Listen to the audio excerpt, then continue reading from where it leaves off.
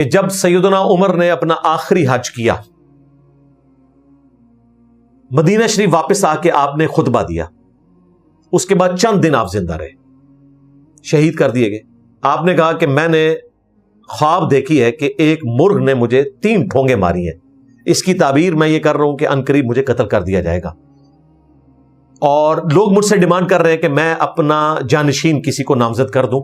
مجھے اللہ سے امید ہے کہ اللہ تعالیٰ اس دین کو کسی بھی صورت ناکام نہیں ہونے دے گا، اللہ تعالیٰ بہتری کا معاملہ فرمائے گا، لیکن اس کے باوجود اگر میں اچانک مار دیا جاؤں تو تم نے ان 6 بندوں سے باہر کسی کو اپنا خلیفہ نہیں چننا، اور تم دیکھو گے ان 6 لوگوں کی مخالفت میں وہی لوگ سامنے آئیں گے جن کو میں نے اسلام کی خاطر اپنے ہاتھوں سے مارا ہے، یعنی وہ کافر تھے اور میں نے ان سے جنگ کی ہوئی تھی، بعد میں وہ مسلمان ہو گئے، یہ وہ لوگ ہوں گے۔ اور پھر آگے بڑے سخت الفاظ ہیں، تم سمجھ لینا کہ یہ پھر گمراہ اور کافر ہیں۔ اب یہ کون لوگ ہیں؟ یہ علماء کا کام ہے کہ تلاش کریں وہ کن کو کہہ رہے تھے، ہم اس کا فیصلہ نہیں کرتے۔ مسلم شریف میں 6 بندوں کے نام نہیں ہے۔ بخاری میں جو آپ کے زخم لگنے والا خطبہ ہے 3700 نمبر، جس میں ذکر ہے کہ آپ کا معدہ کٹ گیا، جو کھاتے تھے وہ نکل جاتا تھا، ان کو یقین ہو گیا کہ اب میں نہیں بچوں گا، پھر انہوں نے 6 رکنی کمیٹی اناؤنس کی، اور اس میں پہلا نام علی، عثمان، طلحہ، زبیر، عبد الرحمن بن عوف اور سعد بن ابی وقاص، اور کہا کہ یہ وہ 6 بندے ہیں جن سے نبی الاسلام اپنی وفات تک راضی رہے۔ یہ عشرۃ مبشرہ تھے، ایک 7ویں بھی تھے سعید بن زید، چونکہ بہنوئی تھے اس لیے رشتہ داری کی وجہ سے ان کا نام نہیں لیا، کیونکہ سیدنا عمر جو تھے وہ ملک نہیں تھے، خلیفہ تھے، تو وہ ڈائنیسٹی نہیں چلانا چاہتے تھے اپنی۔ عبداللہ ابن عمر کو بھی نامزد کر سکتے تھے، بلکہ اس میں کہا کہ مشورے میں شامل کر لینا لیکن اسے خلیفہ نہ چننا، اس کی دلجوئی کے لیے کہہ دیا۔ اور سعد ابن ابی وقاص کے بارے میں کہا ان کو میں نے معزول کیا تھا، کسی اور وجہ سے کیا تھا، اگر ان پہ بھی راضی ہو جاؤ ان کو بھی خلیفہ چن لینا، یہ نہ کہنا کہ عمر نے ہٹایا تھا۔ اس کے بعد آپ شہید ہو گئے۔ یہ جو مسلم کی حدیث ہے سیم اسی سند پہ سنن کبریٰ البیہقی میں روایت موجود ہے، اس میں الفاظ ہیں کہ سیدنا عمر 26 ذوالحجہ کو شہید ہوئے، جو یہ 1 محرم انہوں نے خود سے بنا لی ہوئی ہے، سیم مسلم کی سند پہ۔ اور الموطا امام مالک میں موجود ہے، سعید ابن مسیب کہتے ہیں، اور وہ یحییٰ بن سعید القطان ان سے روایت کر رہے ہیں، اور امام مالک نے یحییٰ بن سعید سے روایت کیا ہے۔ یہ گولڈن چین ہے کہ سیدنا عمر ذوالحجہ کے آخری عشرے میں شہید ہوئے، 1 محرم انہوں نے خود سے نکال لیا، میں نے محرم کے اسپیشل لیکچر میں بھی اس کو ایڈریس کیا تھا۔ بہرحال یہ بخاری مسلم کی حدیث بتا رہی ہے 6 رکنی کمیٹی۔ اب یہ جو سخت جملے ہیں کہ میں نے اسلام کی خاطر ان کو مارا ہوا ہے، کیا اس سے مراد رومنز اور پرشینز ہیں؟ یقیناً وہ نہیں ہے، کیونکہ ان سے تو نہیں خلیفہ کا مشورہ ہونا تھا، یہ مسلمان ہیں جن سے مشورہ ہونا تھا۔ وہ صحیح بخاری میں ایک اور حدیث میں خود عبداللہ ابن عمر جو کہ بیٹے ہیں حضرت عمر فاروق رضی اللہ تعالیٰ عنہ کے، انہوں نے بیان کر دیا کہ یہ کس طرف اشارہ تھا، سیم انہی الفاظ کے ساتھ۔ 4108 حدیث، بخاری کی مشہور حدیث، میں کئی ویڈیوز میں بیان کر چکا، غزوہ خندق والے چیپٹر میں، جسے غزوہ احزاب کہا جاتا ہے۔ امام بخاری اس حدیث کو لے کر آئے یہ بتانے کے لیے کہ غزوہ خندق کے موقع پر عبداللہ ابن عمر اور ان کے والد مسلمان تھے، اور حضرت معاویہ اور ان کے والد کافر تھے، یہ فرق بتانے کے لیے۔ اس میں الفاظ ہیں کہ تحکیم کے مسئلے کے بعد، مصنف عبدالرزاق میں بھی یہ روایت موجود ہے، اس میں وہ اسپیسیفک ٹائم مینشن ہوا ہے کہ تحکیم کے بعد ہوا تھا، جب حضرت معاویہ اور حضرت علی کی صلح کے پوائنٹ آف ویو سے معاملات چلے تھے، تو حضرت معاویہ مدینہ شریف آئے اور وہاں انہوں نے خطبہ دیا۔ سیدہ حفصہ جو حضرت عمر کی بیٹی اور ہماری ماں ہیں ام المومنین، اور عبداللہ ابن عمر کی بہن ہے، وہ کہتی ہیں کہ عبداللہ، حضرت معاویہ آئے ہیں اور وہ خطاب کر رہے ہیں، تمہاری غیر موجودگی کو کہیں نیگیٹو شمار نہ کیا جائے، جاؤ ان کا لیکچر سنو جا کے۔ کیونکہ تحکیم کے مسئلے میں یہ بات بھی سامنے آئی تھی کہ حضرت علی کو بھی ہٹاتے ہیں اور حضرت معاویہ کو بھی ہٹا دیتے ہیں، عبداللہ ابن عمر کو خلیفہ چن لیتے ہیں، کیونکہ ان کے والد کی وجہ سے اتنی بڑی ریولوشن برپا ہوئی تھی۔ تو اب آپ نے یہ ذہن میں رکھنا ہے کہ عبداللہ ابن عمر کیوں تختہ مشق بنے۔ حضرت معاویہ نے دیکھا کہ عبداللہ ابن عمر بیٹھے ہوئے ہیں، تو انہوں نے کہا تم میں سے جس کو اس امر خلافت میں خواہش ہے نا، اپنا سینگ اٹھائے۔ یہ عربیوں کو غصہ ہی بڑا آتا تھا، یعنی سینگ تو نہیں انسان کے ہوتے، وہ غصے میں اسی قسم کی مثالیں دیا کرتے تھے، میں اس کے باپ سے بھی زیادہ خلافت کا حقدار ہوں، نعوذ باللہ۔ اب یہ کس کو کہا کہ میں اس کے باپ سے زیادہ خلافت کا حقدار ہوں؟ مجمع چھٹ گیا تو محمد بن مسلمہ صحابی کہتے ہیں کہ میں نے عبداللہ ابن عمر سے کہا کہ آپ نے معاویہ کو اسی وقت جواب کیوں نہیں دیا جب وہ کہہ رہے تھے کہ میں اس کے باپ سے بھی زیادہ خلافت کا حقدار ہوں؟ وہ خلافت کا حقدار کہاں سے ہوگا، میں تو اس کے باپ سے بھی زیادہ۔ یعنی کہ وہ حضرت عبداللہ ابن عمر کے والد حضرت عمر کو کہہ رہے تھے۔ آپ یعنی ایک قسمت کی ستم ظریفی دیکھیں کہ حضرت عمر فاروق کی وجہ سے ہی حضرت معاویہ شام میں بیٹھے ہوئے تھے، شام تو ان کے دور میں فتح ہوا تھا، اور وہ حضرت عمر کے بارے میں کہہ رہے ہیں کہ میں ان سے زیادہ خلافت کا حقدار ہوں۔ مجھے بتائیں، جو بندہ حضرت عمر سے زیادہ اپنے آپ کو خلافت کا حقدار سمجھتا ہو، اس سے آپ یہ ایکسپیکٹ کریں گے کہ وہ حضرت علی کی بیعت کر لے؟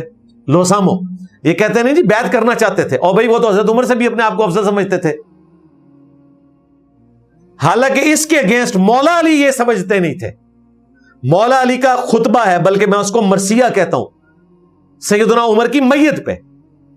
ہاں، عبداللہ ابن عباس کہتے ہیں ایک شخص سیدنا عمر کی میت کے پاس آ کر کھڑا ہوا اس حال میں کہ اس نے اپنی کونی میرے کندھے پر رکھی، اور حضرت عمر کی میت کو خطاب کر کے کہا کہ اے عمر، تو وہ شخص تھا کہ مجھے یہ خواہش تھی کہ میں تیرے اعمال کے ذریعے اللہ کے حضور پیش ہوں، میں رشک کرتا ہوں تیرے اعمال میں، اور میں نے اکثر رسول اللہ سے سنا تھا میں ابو بکر اور عمر داخل ہوئے، میں ابو بکر اور عمر نکلے، مجھے امید تھی کہ تم اپنے دو ساتھیوں یعنی رسول اللہ اور ابو بکر کے ساتھ جا ملو گے صلی اللہ علیہ وآلہ وسلم ورضی اللہ تعالیٰ عنہ۔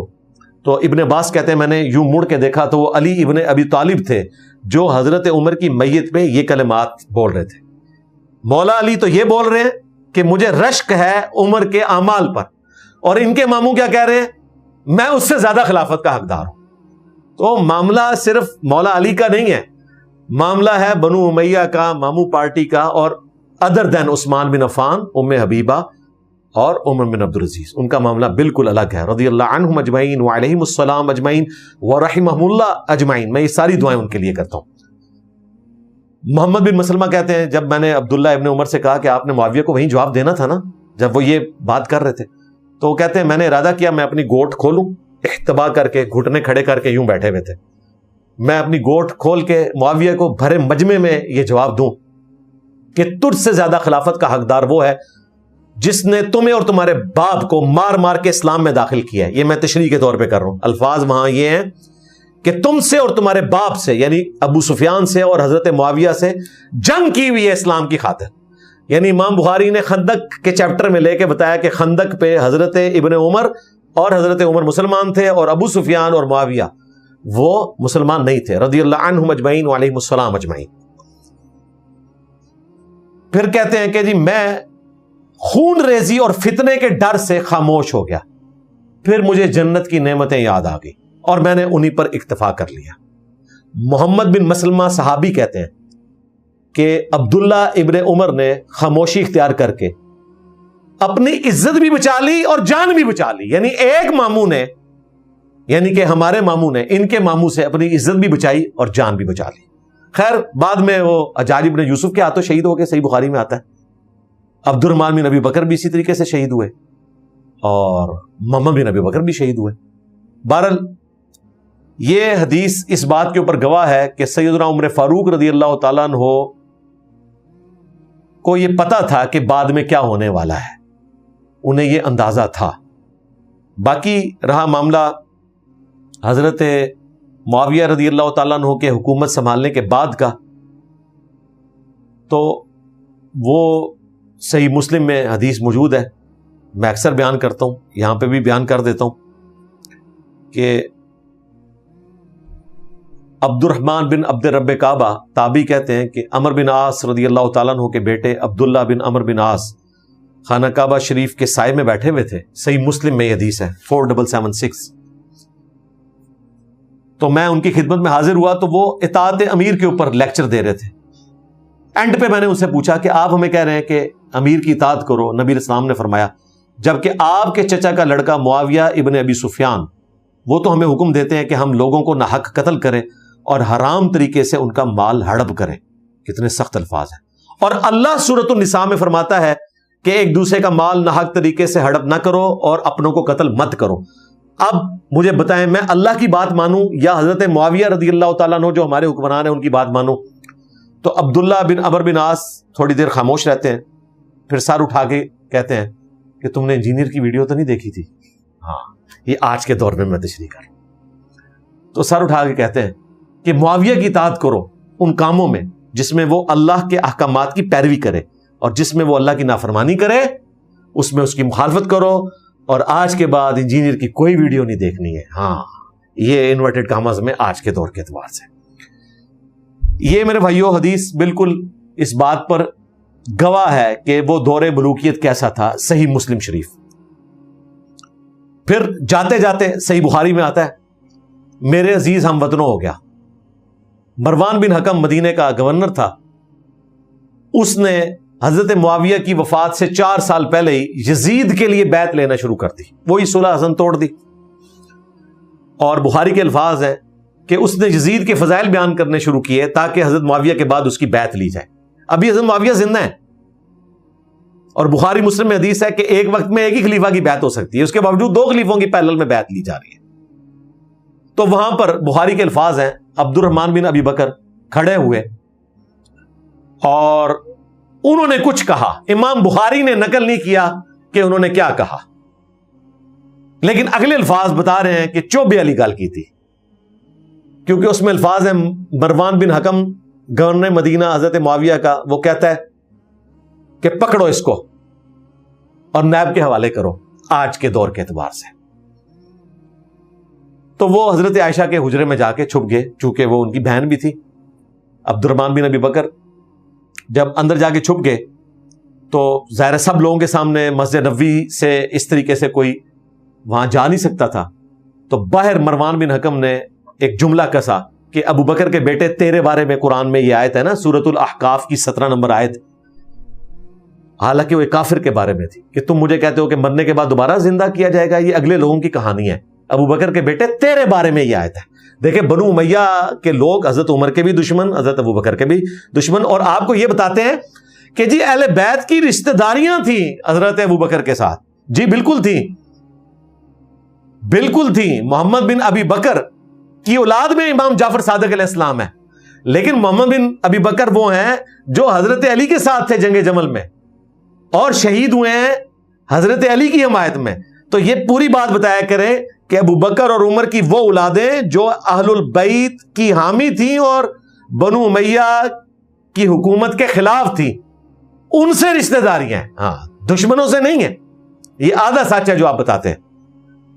خیر، سیدہ عائشہ نے جب یہ سنا تو ان کو غصہ آیا، انہوں نے کہا کہ آل ابی بکر کے بارے میں کوئی اس طرح کی آیت نازل نہیں ہوئی ہے سوائے اس آیت کے جو میری شان میں ہے، سورہ نور میں میری برات کا اللہ نے اعلان کیا، قیامت تک کے لیے پڑھی جائیں گی وہ آیات۔ بخاری میں اتنی حدیث ہے۔ سورۃ الاحقاف کی آیت نمبر 17 کے کانٹیکسٹ میں حافظ ابن کثیر نے سنن نسائی الکبریٰ سے، المستدرک للحاکم سے اور باقی حدیث کی کتابوں سے وہ سارے طرق جمع کر دیے، اور حافظ ابن کثیر وہ ہیں جن کو بریلوی دیوبندی اہل حدیث سارے اپنا بزرگ مانتے ہیں، ابن تیمیہ کے شاگرد ہیں حافظ ابن کثیر۔ وہ جو باتیں مسنگ تھی نا بخاری میں کہ کچھ کہا، وہ کیا کہا تھا وہ بتایا انہوں نے کیا کہا تھا۔ انہوں نے کہا کہ سیدھی طرح کہہ تیرا امیر المومنین کیسر و کسرا کے راستے پر چل نکلا ہے، ابو بکر و عمر کے راستے پر نہیں، کیونکہ اس میں الفاظ ہیں کہ اس نے کہا تھا کہ ابو بکر نے بھی تو عمر کو بنایا تھا، تو حضرت معاویہ بھی چاہتے ہیں کہ اپنے بیٹے کو بنا دیں۔ بھئی بیٹا کیسے سن سکتا تھا کہ ابو بکر کا بیٹا سامنے بیٹھا ہوا ہے، وہ تو خلیفہ کوئی نہیں بنا، تو اس نے تو کہنا تھا بھائی میں تو بیٹھا ہوں ادھر۔ تو ابو بکر نے اپنے بیٹے کو تو نہیں بنایا تھا، عمر کو نامزد کیا تھا، وہ بھی صحابہ کے مشورے سے، ڈکٹیٹرشپ نہیں تھی، مشورے سے۔ تم سیدھی طرح کہو کہ تمہارا امیر المومنین معاویہ ابن ابی سفیان کیسر و کسرا کے طریقے پہ ہے، ڈائنیسٹی بنانا چاہتا ہے۔ اس پہ مروان نے کہا کہ پکڑو اس کو، اور وہاں پہ یہ بھی الفاظ موجود ہیں کہ جب وہ اندر چلے گئے اور اس نے یہ باہر سے بکواس کی کہ ابو بکر کے بیٹے تیرے بارے میں یہ آیت ہے، تو سیدہ عائشہ نے کہا بکواس بند کر، خاموش ہو جا، آل ابی بکر کے بارے میں سورہ نور کی آیات ہیں، البتہ تیرے بارے میں جب تو اپنے باپ کی پشت میں تھا، مروان بن حکم، کیونکہ یہ حکم کا بیٹا ہے، تو نبی علیہ السلام نے کہا تھا حکم پہ لعنت، اس کی اولاد پہ لعنت، تو اسی لعنت کا حصہ ہے۔ تو یہ حدیث صحیح بخاری میں 4827 ہے، اور امام بخاری نے سورۃ الاحقاف کی آیت نمبر 17 کے کانٹیکسٹ میں یہ حدیث لے کر امت تک حق بات پہنچا دی الحمدللہ۔ علمی پوائنٹ نمبر 4 وہ ہے 2812، جو ہمارے جو حضرت معاذ اللہ ہیں ہشام الہی ظہیر صاحب حفظہ اللہ تعالی، وہ ان کے اعصاب پہ ایسی سوار ہے، وہ کہتے ہیں ایک حدیث گھڑی ہوئی۔ یہ مرزا جہلمی چھپا ہوا رافضی اہل سنت کا لبادہ ہو رہا ہوا، وہ بدبخت ہر وقت ہر ٹائم اس خاندان کے اوپر حملہ آور، اس خاندان کی توہین و تشنیع کرنا۔ ایک حدیث گڑی ہوئی ہے، ایک حدیث گڑی ہوئی ہے، ایک حدیث گڑی ہوئی ہے، یعنی مفہوم گڑا ہوا۔ حدیث تو درست ہے، کہتا ہے عمار کو فیا باغیہ قتل کرے گا، وہ عمار کو جہنم کی طرف بلاتا ہوگا، معاذ اللہ، وہ عمار کو جہنم کی طرف بلاتا ہوگا۔ اور یہ جو جہنم کی طرف بلانے والا گروہ تھا نا معاذ اللہ، یہ امیر معاویہ کا تھا، امیر معاویہ نے قتل کیا تھا امیر معاویہ، معاذ اللہ جہنم کی طرف بلانے والے۔ جہلمی کہتا ہے نہیں جی نہیں، وہ تو گروہ جہنم کی طرف بلانے والا۔ اندازہ کریں بخاری کی حدیث کو کہہ رہا ہے گھڑی ہوئی، اور اس کے ساتھ معاذ اللہ پڑھ رہا ہے، معاذ اللہ کو معاذ اللہ پڑھ رہا ہے اور نبی اسلام کی حدیث کی توہین کر رہا ہے۔ پھر کہتا ہے نہیں گھڑی ہوئی نہیں، مفہوم گھڑا ہوا ہے کہ نبی اسلام نے فرمایا عمار کو فیا باغیہ قتل کرے گا۔ فیا باغیہ نہیں، باغی گروہ، باغی جماعت، عربی سے اردو میں ترجمہ ہی نہیں کیا۔ عمار ان کو اللہ اور جنت کی طرف بلا رہے ہوں گے، اور وہ جماعت عمار کو جہنم کی طرف بلا رہی ہوگی۔ تقتلہ الفئۃ الباغیہ یدعوہم الی اللہ ویدعونہ الی النار، اور اس کے بعد وہ پڑھتا ہے معاذ اللہ، یعنی نبی الاسلام کو کہہ رہا ہے کہ اللہ کی پناہ، یہ آپ کس قسم کی باتیں کر رہے ہیں؟ آپ نے ہمارے ماموں پارٹی کے لوگوں کو ایکسپوز کر دیا، نبی الاسلام کے ساتھ گلا، کیونکہ میں نے بتایا یہ پریکٹیکلی معاویہ رسول پارٹی بن چکی ہے، جس طرح چشتی رسول پارٹی اور تھانوی رسول پارٹی ہے۔ تو اس پہ تو توہین مذہب کا مقدمہ ہوتا ہے اس کی ڈاکٹرن میں، ہم صرف اصلاح ہی کریں گے، مقدموں کے ہم خلاف ہیں۔ تو بھائی یہ جو بخاری مسلم کی حدیث ہے، یہ متواتر حدیث ہے بخاری اور مسلم کی، تقتلہ الفئۃ الباغیہ 2812، بخاری میں اس کا نمبر 2812 ہے، اور صحیح مسلم میں اوپر تلے 5 طرق اس کے آئے ہیں۔ سیدہ ام سلمہ سے یہ حدیث روایت ہوئی ہے، اور ابو سعید خدری رضی اللہ تعالیٰ عنہ سے ہوئی ہے، عبداللہ ابن عباس رضی اللہ تعالیٰ عنہ سے ہوئی ہے، خود عمر بن عاص رضی اللہ تعالیٰ عنہ نے بھی اس حدیث کو روایت کیا ہے۔ 1 درجن سے زیادہ صحابہ نے اس حدیث کو روایت کیا، اور یہ تواتر سے حدیث نقل ہوئی ہے اہل سنت کی کتابوں میں۔ اور ہمارے استاد شیخ زبیر علی زئی رحمہ اللہ نے باقاعدہ ویڈیو میں نے ریکارڈنگ کی ہے، میں ساتھ بیٹھا ہوں، انہوں نے اس حدیث کو بیان کیا اور کہا کہ بالکل ایسا ہی تھا، اور انہوں نے کہا کہ ابو الغادیہ شامی جو صلح حدیبیہ کے صحابی تھے، ان سے یہ غلطی ہوئی، انہوں نے شہید کیا تھا۔ عمار بن یاسر رضی اللہ عنہ کو رسول اللہ صلی اللہ علیہ وسلم نے فرمایا تھا کہ تمہیں ایک باغی گروہ قتل کرے گا۔ یہ حدیث بالکل صحیح ہے، بخاری میں صحیح بخاری، تقتل الفئۃ الباغیہ، متواتر حدیث ہے۔ سیدنا عمار رضی اللہ عنہ کو باغی گروہ قتل کرے گا۔ آگے لکھا ہے کہ وہ حضرت امیر معاویہ رضی اللہ کے گروہ کی طرف سے قتل ہوئے، نہیں حضرت علی کی طرف سے نہیں، حضرت امیر معاویہ کے گروہ کی طرح، یہ غلط ہے۔ سیدنا علی رضی اللہ تعالیٰ عنہ کے فوج میں وہ موجود تھے، ان کے گروہ میں، ان کے لشکر میں موجود تھے، اور قتل کرنے والے جو تھے وہ سامنے والے شامی لشکر میں تھے، اور قتل کرنے والا جو تھا ابو الغادیہ تھا، ابو الغادیہ شامی امیر معاویہ رضی اللہ کے لشکر میں تھا ابو الغادیہ۔ تو ابو الغادیہ جو ہے، اچھا، تو اب یہ باغی والا جو ہے ہم فتویٰ نہیں لگاتے ہیں بھائی، اس مسئلے میں یہ ہے کہ صحابہ کرام دونوں طرف صحابہ کرام تھے، مسئلہ اجتہادی تھا، اجتہادی خطا کی وجہ سے جو ہے وہ یہ کہہ سکتے ہیں کہ بھائی سیدنا علی رضی اللہ تعالیٰ کا گروہ جو ہے وہ اقرب الی الحق ہے، وہ حق پر ہے۔ دوسرا جو گروہ ہے، اگر کوئی اس کو باغی کسی نے کہا بھی نا، تو وہ خطا اجتہادی کے معنی میں، یعنی باغی جو ہے وہ کافر نہیں ہوتا ہے، مسلمان باغی مسلمان بھی ہو سکتا ہے۔ قرآن کی آیت ہے وَإِن طَائِفَتَانِ مِنَ الْمُؤْمِنِينَ اقْتَتَلُوا فَأَصْلِحُوا بَيْنَهُمَا، مومنوں کی دو جماعتیں، تو ہم پھر بھی سیدنا معاویہ رضی اللہ تعالیٰ عنہ یا ان کی جماعت کو باغی نہیں کہتے بھائی۔ لیکن یہ بات بالکل صحیح ہے کہ سیدنا عمار رضی اللہ تعالیٰ عنہ کو باغی جماعت قتل کرنے والی حدیث بالکل صحیح ہے۔ اور ان کے شاگرد غلام مصطفیٰ ظہیر امن پوری صاحب، ان کی بھی باقاعدہ ویڈیو ریکارڈ ہے، آڈیو بھی موجود ہے. انہوں نے بھی مانا کہ پہلے میں کہتا تھا کہ خارجیوں نے مار دیا، لیکن اب میں مانتا ہوں ابو الغادیہ رضی اللہ تعالیٰ عنہ نے ان کو شہید کیا اور یہ ان کی اجتہادی غلطی تھی. آپ نے فرمایا وَيْحَ عَمَّارَ تَقْتُلُ الْفِئَةُ الْبَاغِيَةَ يَدْعُوهُمْ إِلَى الْجَنَّةِ وَيَدْعُونَهُ إِلَى النَّارِ. عمار کی کیا بات ہے، ایک باغی گروہ ان کو شہید کر دے گا اور وہ اس باغی گروہ کو جنت کی طرف بلاتے ہوں گے اور وہ باغی گروہ ان کو جہنم کی طرف بلائے گا. یہ نبی کریم صلی اللہ علیہ وسلم کا فرمان ہے اور اس پر ہمارا ایمان ہے کہ یہ صحیح روایت ہے، صحیح بخاری میں 447 اور صحیح مسلم میں 2915 نمبر پہ. السلام علیکم ورحمۃ اللہ. بات یہ جی کہ ایک ریکارڈنگ میری پہلے تھی امن پوری اسلامک سینٹر سے. بعد میں نے ایک خطبہ جمعہ کے اندر بڑے مجمع میں یہ بات کہی تھی کہ سیدنا عمار کے جو قاتل ہیں ابو الغادیہ ہیں، ٹھیک ہے، رضی اللہ تعالیٰ عنہ. تو اس پہ کیا مسئلہ ہے جی؟ ایک انسان اس کی تحقیق نہیں ہے، اس کو کوئی مسئلہ ہے، بعد میں اس کو ایک بات سمجھ آ گئی، پہ مانگے تو اللہ اعلان بات کر دی. کیا ہم غلطی نہیں کر سکتے؟ کیا ہم ایک بات سے رجوع نہیں کر سکتے حق کی طرف؟ یہی کہا نا کہ صحابی رسول نے ان کو شہید کیا تھا، تو اس میں کیا مسئلہ ہے جی؟ اور ہم حق بات معلوم ہونے کے بعد بے مانگے دوحل ایک بات کرتے. اب الحمدللہ یہ مان چکے ہیں کہ خارجی نہیں تھے، ایک صحابی سے یہ غلطی ہوئی. یہ لوگ کہتے ہیں کہ جی وہ حضرت عمار بن یاسر کا جو قاتل ہے وہ نامعلوم ہے. نامعلوم نہیں ہے بھائی، مسند احمد میں موجود ہے، المستدرک للحاکم میں موجود ہے. ابو الغادیہ شامی جو جنگ صفین میں حضرت معاویہ رضی اللہ تعالیٰ عنہ کی طرف سے آئے تھے اور صلح حدیبیہ کے صحابی ہیں، ہم ان کو رضی اللہ عنہ ہی کہیں گے، مسند احمد میں موجود ہے. ان سے یہ قتل ہوا اور بعد میں وہ شرمندہ تھے، روتے تھے، خصوصاً جب ان کو پتا چلا کہ نبی الاسلام نے یہ فرمایا کہ عمار کا قاتل اور مال لوٹنے والا جہنم کی آگ میں ہے. تو وہ بہت ٹینشن لیتے تھے، بلکہ ان کو چاندی کے برتن میں جب پانی پیش کیا گیا تو انہوں نے کہا کہ یہ ہاتھ چاندی کے برتن میں پانی پینے کو تو معیوب سمجھ رہے ہیں، لیکن انہی ہاتھوں نے عمار کو قتل کر دیا کہ جن کے بارے میں نبی الاسلام نے یہ فرمایا تھا. تو وہ یعنی اس حوالے سے بڑے پریشان تھے. تو ابو الغادیہ شامی صلح حدیبیہ کے صحابی سے یہ غلطی ہوئی.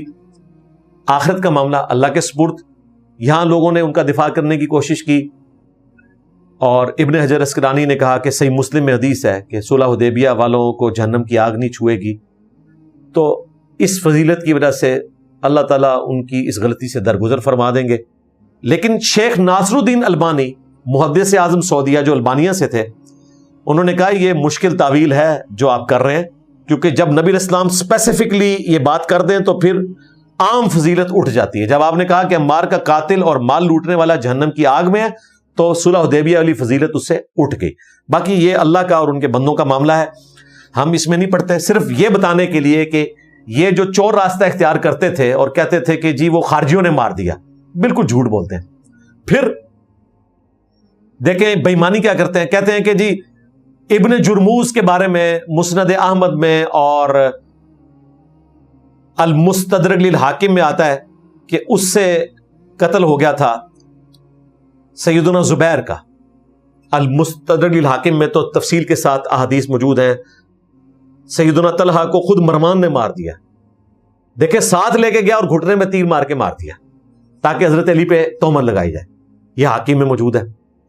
حضرت زبیر ان کے مقابلے پہ مولا علی آئے اور ان کو یاد کروایا کہ نبی اسلام نے فرمایا تھا کہ زبیر تم ظالم ہوگے جب تم علی کے خلاف لڑ رہے ہوگے. تو وہ واپس چلے گئے، ان کو حدیث یاد آ گئی. جس طرح کہ حضرت یوسف علیہ السلام کے قیدی کو کئی سالوں بعد یاد آیا تھا، حالانکہ بھولنے والی بات نہیں تھی. حضرت زبیر بھی بھول گئے، بشری تقاضا تھا. لیکن ابن جرموز جو حضرت علی کا فوجی تھا، اس نے خود قانون ہاتھ میں لیتے ہوئے جا کے ان کو شہید کیا اور سر کاٹ کر لایا. مسند احمد میں موجود ہے.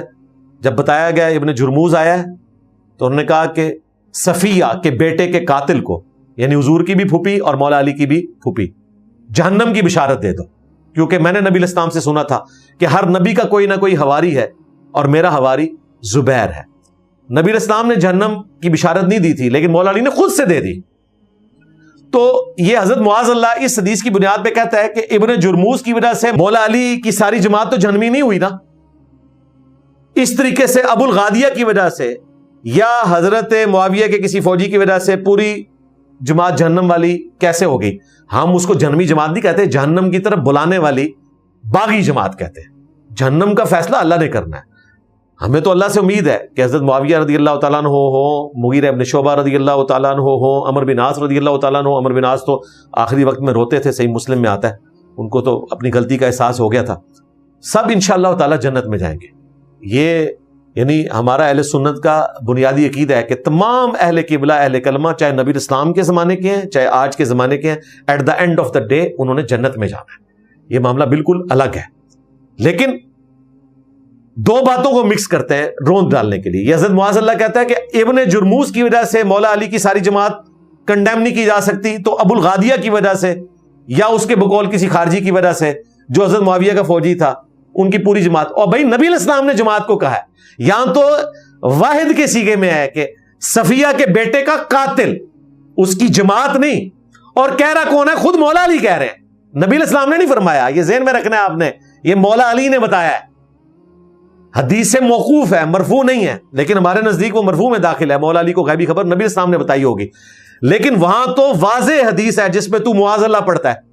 تجھے یہ بھی نہیں پتا کہ معاذ اللہ کہنا ہے یا معاذ اللہ کہنا ہے, عالم کہنا ہے یا عالم کہنا ہے, یہ بھی نہیں اس کو پتا.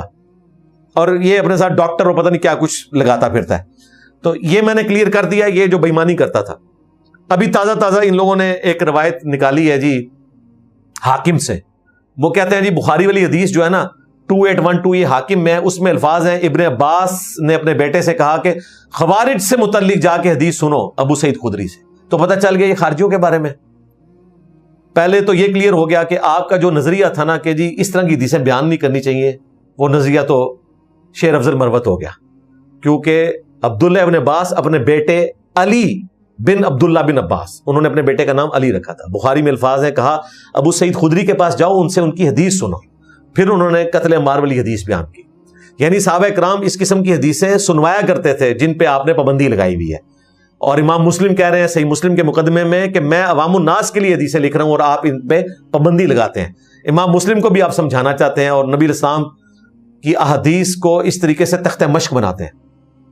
تو حاکم میں الفاظ ہے خوارج سے متعلق, کہتے ہیں جی دیکھا پتہ چل گیا خارجی ہیں. اللہ کے بندو ڈر جاؤ, اگر اس روایت کو لوگے تو پھر امام حاکم نے جن کو خارجی کہا ہے نا وہ آپ سے ہضم نہیں ہوگا. مامو پارٹی کو انہوں نے خارجی کہا ہوا ہے, کیونکہ اسی چیپٹر میں آگے چل کے امام حاکم روایت لے کر آئے ہیں کہ کس نے قتل کیا ہے عمار کو. وہ بتاتے ہیں کہ عمر بن عاص رضی اللہ تعالیٰ عنہ کانپتے ہوئے آتے ہیں حضرت معاویہ کے پاس کہ عمار بن یاسر قتل ہو گئے ہمارے لوگوں سے, اور نبی علیہ السلام نے فرمایا تھا عمار کو باغی جماعت قتل کرے گی. تو حضرت معاویہ نے کہا تو اونٹ کی طرح اپنے ہی پیشاب میں پھسل ہے, یعنی خود لوگوں کو بتائے گا تو لوگ تو پھر علی کے ساتھ ہو جائیں گے. ہم نے تو اس کو قتل نہیں کیا, یہ تو علی اور اس کے ساتھیوں نے مارا ہے. نہ وہ ساتھ لے کر آتے اور نہ یہ قتل ہوتا. استغفر اللہ واتوب الیہ. یعنی کتنی باطل تعویل کی. تو امام حاکم تو بتا رہے ہیں خارجی کون ہے, جنگ صفین والے. تو اگر آپ نے حاکم سے یہ روایت لینی ہے نا تو پھر وہ خارجی ان کو کہہ رہے ہیں. لو سامو, صحیح مسلم میں بھی آیا نا کہ جو خلیفہ وقت کی بیعت سے نکل گیا خارج ہوا تو وہ جاہلیت کی موت مرا. مسلم شریف میں اوپر تلے کئی احادیث ہیں. تو یہ خارجی کی ٹرم خلیفہ وقت کے بیعت سے نکلنے والے کے لیے بھی استعمال ہوتی ہے. دین سے خارج نہیں ہوا, خلیفہ وقت کی بیعت سے نکلا. اور یہ تشریح مجھ سے پہلے آپ کے اپنے علماء کر چکے ہیں. صفی الرحمان مبارک پوری جنہوں نے الرحیق المختوم لکھی ہے, سیرت کے اوپر بک, جسے سب سے بڑا ایوارڈ ملا تھا سعودی عرب میں, 2005 میں فوت ہوئے. اور اہل حدیث ان کو بڑی عزت کی نگاہ سے دیکھتے ہیں, انڈین اسکالر تھے. انہوں نے ابن حجر اسقلانی کی جو کتاب ہے بلوغ المرام اس کی شرح لکھی ہے. اس میں انہوں نے باقاعدہ لکھا کہ حضرت معاویہ کی جو جماعت تھی اس نے بغاوت بھی کی اور یہ خلیفہ وقت کی بیعت سے خارج بھی ہوئے. انہوں نے ترجمہ کرتے وقت اس عربی شرح کا مطلب ہی بدل دیا. ہم دونوں لگائیں گے, اوریجنل ترجمہ بھی لگائیں گے اور جو انہوں نے بدل دیا وہ بھی لگائیں گے. اندازہ کریں یہ اپنے علماء کے تراجم پبلک کے سامنے پیش نہیں کر سکتے. اور ارشاد الحق عصری صاحب نے, جن کو یہ بہت بڑا محدث کہتے ہیں, انہوں نے باقاعدہ نظر ثانی کی ہوئی ہے. جب میری ویڈیو چڑھی تو انہوں نے کہا جی اتنے بڑے محدث کی انہوں نے تحقیر کر دی. تو محدث صاحب توبہ کریں نا کہ آپ نے صفی الرحمان مبارک پوری صاحب نے جو لکھا اس میں تعریف کر دی ہے ترجمے میں. عربی میں کچھ اور لکھا ہوا ہے, خارجی اور باغی لکھا ہوا ہے, آپ نے ترجمے میں بدل دیا. آپ ایسا کریں کہ آپ کہیں کہ ہمیں اختلاف ہے. تو صفی الرحمان مبارک پوری کا وہی نظریہ تھا جو بخاری مسلم سے ثابت ہوتا ہے. تو اگر آپ حاکم سے روایت لیں گے خارجیوں سے متعلق تو یہاں پھر خارجی سے مراد جنگ صفین والے ہیں، اور یقیناً اگر آپ لغت میں دیکھیں تو وہ خارجی ہیں، اصطلاح میں خارجی ہیں نہروان والے، لیکن لغت میں جو بھی خلیفہ برحق کے خلاف کھڑا ہو وہ خارجی ہے۔